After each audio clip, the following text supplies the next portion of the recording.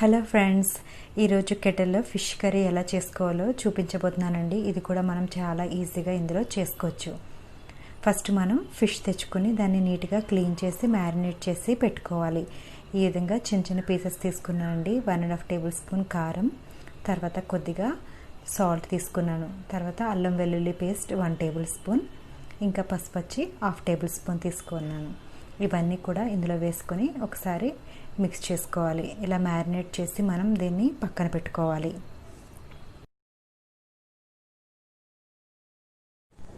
First మనం కొంత చింతపండు తీసుకోవాలండి. ఈ విధంగా కొంచెం చింతపండు తీసుకున్న తర్వాత నేను దీన్ని క్లీన్ చేసి తీసుకొచ్చాను. ఇందులో మనం కొంచెం వాటర్ వేసుకుని దీన్ని నానబెట్టుకోవాలి కొద్దిసేపు.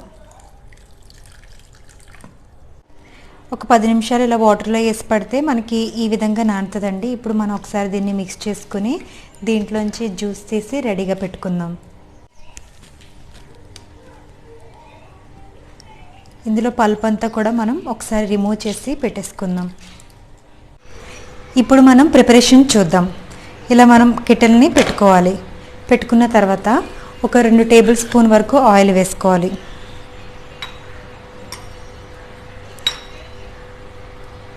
తర్వాత కెటిల్ని మనం ఆన్ చేసుకోవాలి. చూసారు కదండి, ఆయిల్ కొంచెం లైట్గా హీట్ అవ్వడం స్టార్ట్ అయింది కదా. ఇప్పుడు మనం సన్నగా కట్ చేసి పెట్టుకున్న ఆనియన్స్ ఇందులో కొన్ని యాడ్ చేసుకోవాలి.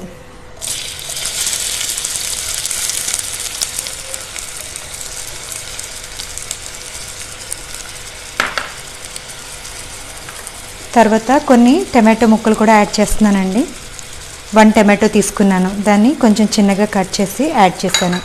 తర్వాత కొన్ని చిల్లీస్ కూడా వేస్తున్నాను. ఒక 2 చిల్లీస్ వేసుకుంటే సరిపోతుంది, ఎందుకంటే దీని క్వాంటిటీ అనేది కొంచెం తక్కువ కాబట్టి నేను కొద్దిగానే తీసుకున్నాను అన్నీ.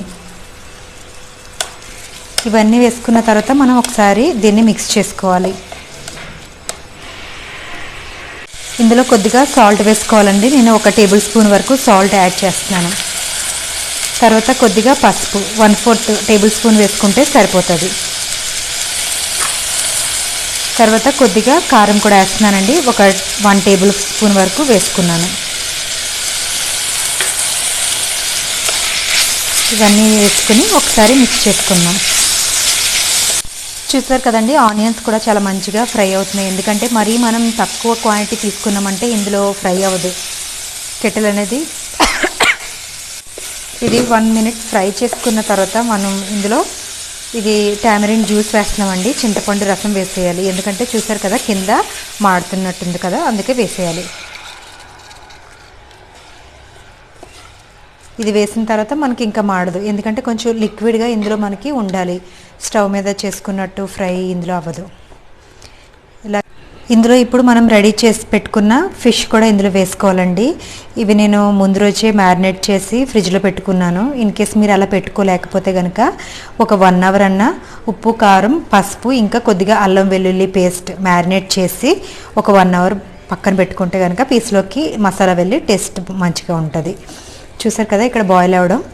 ఇప్పుడు ఈ పీసెస్ని ఇందులో యాడ్ చేసేద్దాం. మరి ఇది క్వాంటిటీ చిన్నగా ఉంది కాబట్టి మరి నేను కొంచెం తక్కువే చేస్తున్నానండి. జస్ట్ టెస్ట్ కోసమే ఇది చేస్తున్నాను. నేను ఫస్ట్ టైమే ఇందులో చేస్తున్నాను. ఈ పీసెస్ మనం యాడ్ చేసుకున్న తర్వాత ఇందులో కొంచెం వాటర్ యాడ్ చేయాలండి. తక్కువ ఉంది కదా వాటర్.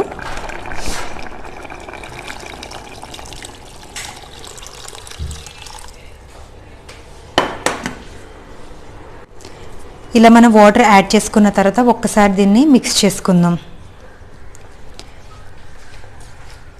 ఈ విధంగా మనం మిక్స్ చేసేసుకున్న తర్వాత ఇందులో కొంచెం కరివేపాకు కూడా యాడ్ చేసి ఇంకా కొద్దిగా అల్లం వెల్లుల్లి పేస్ట్, ఇంకా జీలకర్ర, ఈ 3 వేసి నేను గ్రైండ్ చేసుకున్నానండి. ఈ విధంగా పేస్ట్ లాగా చేసుకున్నాం. జనరల్గా మనం చేపల కూరలో ఈ 3 వేస్తాం కదా, అదే విధంగా చేశాను. కొద్దిగా వేసి గ్రైండ్ చేసుకున్నాను. ఇది 1.5 టేబుల్ స్పూన్ వరకు తీసుకున్నాను. ఇది ఇప్పుడు మనం ఇందులో యాడ్ చేసేయాలి.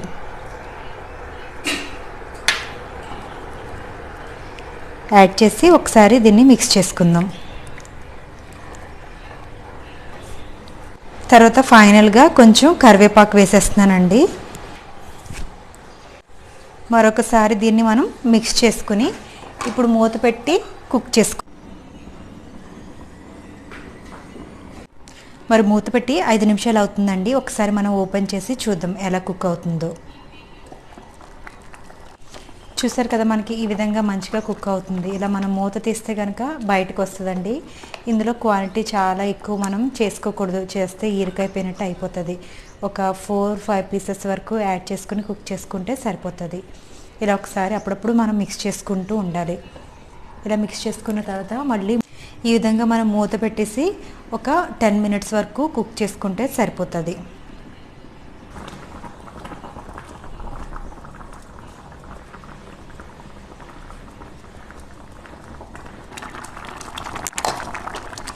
ఇప్పటికి మరి దీని మీద పెట్టి ఒక 15 మినిట్స్ అయిపోయిందండి. ఇక్కడ చూసారు కదా, గ్రేవీ కూడా బాగా థిక్గా మనకి వచ్చేసింది. ఈ విధంగా వచ్చేస్తే మనకి సరిపోతుంది. ఇక్కడ మరి నేను కొద్దిగా గరం మసాలా పౌడర్ వేస్తున్నాను. ఇది ఆప్షనల్, మీకు కావాలనుకుంటే వేసుకోవచ్చు, లేకపోతే దీన్ని స్కిప్ చేయొచ్చు. ఫైనల్గా కొద్దిగా గరం మసాలా వేసుకోవాలి. ఇంకా కొంచెం కొత్తిమీర క్లీన్ చేసి పెట్టుకున్నాను, అది కూడా చిన్న చిన్న ముక్కల కింద కట్ చేసి వేస్తున్నాను. ఇది వేసిన తర్వాత ఒకసారి మనం దీన్ని లైట్గా మిక్స్ చేసుకుని పంచేసేద్దాం. ఇలా పెట్టి ఒక 15 మినిట్స్ వరకు దీన్ని ఇలానే వదిలేయండి. 15 మినిట్స్ అయిపోయిన తర్వాత మనం కెటిల్ నుంచి డిటాచ్ చేసి ఒక సర్వింగ్ బౌల్లో మెల్లగా ట్రాన్స్ఫర్ చేసేసుకుంటే ఎంతో టేస్టీ అయిన చేపల కూర రెడీ అయిపోతుందండి. ఇది నేను స్పెషల్గా బ్యాచిలర్స్ కోసమే ఈ రెసిపీ చేశాను. మరి మీకు ఈ వీడియో కనుక యూస్ఫుల్ అయితే కనుక తప్పకుండా లైక్ చేయండి, షేర్ చేయండి. ఇంకా కొత్తగా చూసే వాళ్ళైతే సబ్స్క్రైబ్ చేసుకోవడం మర్చిపోకండి. Thank you for watching.